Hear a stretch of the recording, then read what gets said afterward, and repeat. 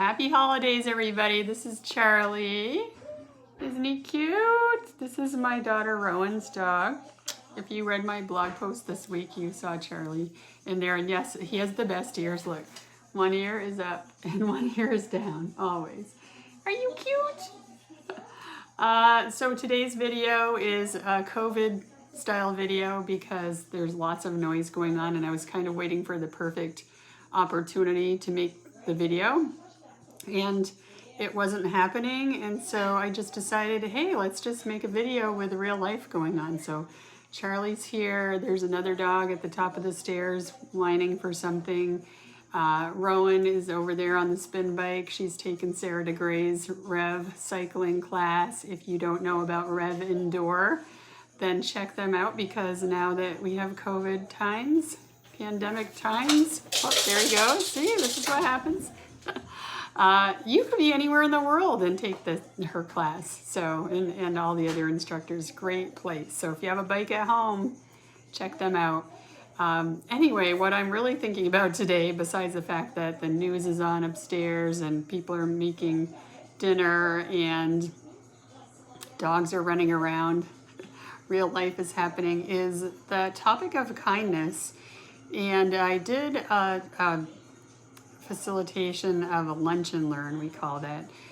Just an hour at lunchtime where we have a topic, and I have a corporate client that I went to all masked up for the first time since March, and sat in a room and was still on the WebEx, but I was in their space, so it was just kind of fun. But we were talking about kindness, and everybody kind of agreed that that was the perfect topic for this time of year. Everything. Kindness is just something that we can always use more of toward ourselves.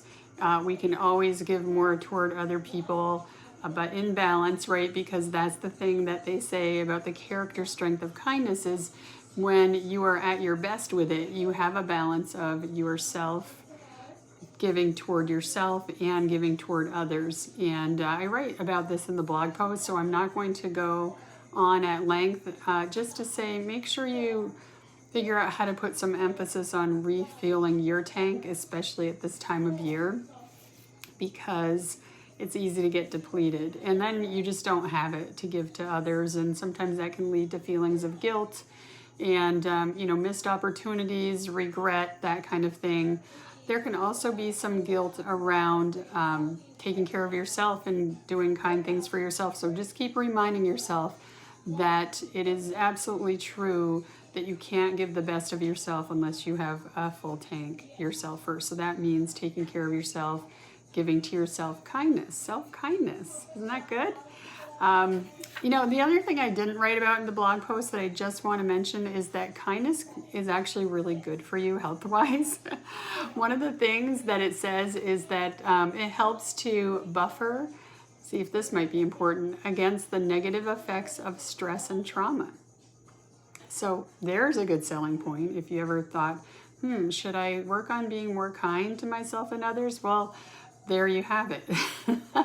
It's also been shown to strengthen your optimism, social connectedness. It can lead to less anxiety, less self-criticism, which I know is an important thing. I know it is for me and for many people that I know and clients. That's something that some of us are very hard on ourselves, so it can help to lower that. And if you have any kind of perfectionism in you, it can help you to reduce that as well. So those are just some of the things. But gosh, I just love that one about buffering against the negative effects of stress and trauma. Just that alone is a reason to pay attention to this strength. So lots of questions that you can ask yourself, but I'm just going to offer a couple of them here. Think about this from your standpoint. What things do you do on a weekly basis that show kindness to yourself? So what are those things? And or a tag along, where might you be nicer to yourself? What kinds of things would you like to do but you're not doing, or maybe you used to do something that you're not doing now? There are a few other things in there, and I did have the question about feeling guilty for taking care of yourself. It's always something to think about. And then if you read the blog post, you'll see there are dimensions of kindness, and I list those out. And it's just fun to take a look and see what your personality style is around those dimensions, which one might be more prevalent for you.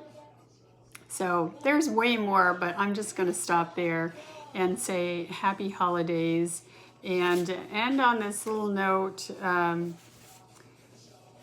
Just be kind to yourself first. Fill your tank up. I know it's hard. Sometimes it might just mean walking to another room and taking a few breaths. Just give yourself some space during these holidays. And figure out how to end this year strong. What does that mean to you? Doesn't matter what it means to anybody else, but what would you feel really good about if in the next few days you finished the year and you're smiling? What would have to happen in order for that to be the case? And don't forget, we can feel, we can grieve, we can be sad, we can be compassionate, and we can be happy at the same time. So give yourself that. And if you have the time on December 31st at 11, you'll see the info right here in the newsletter.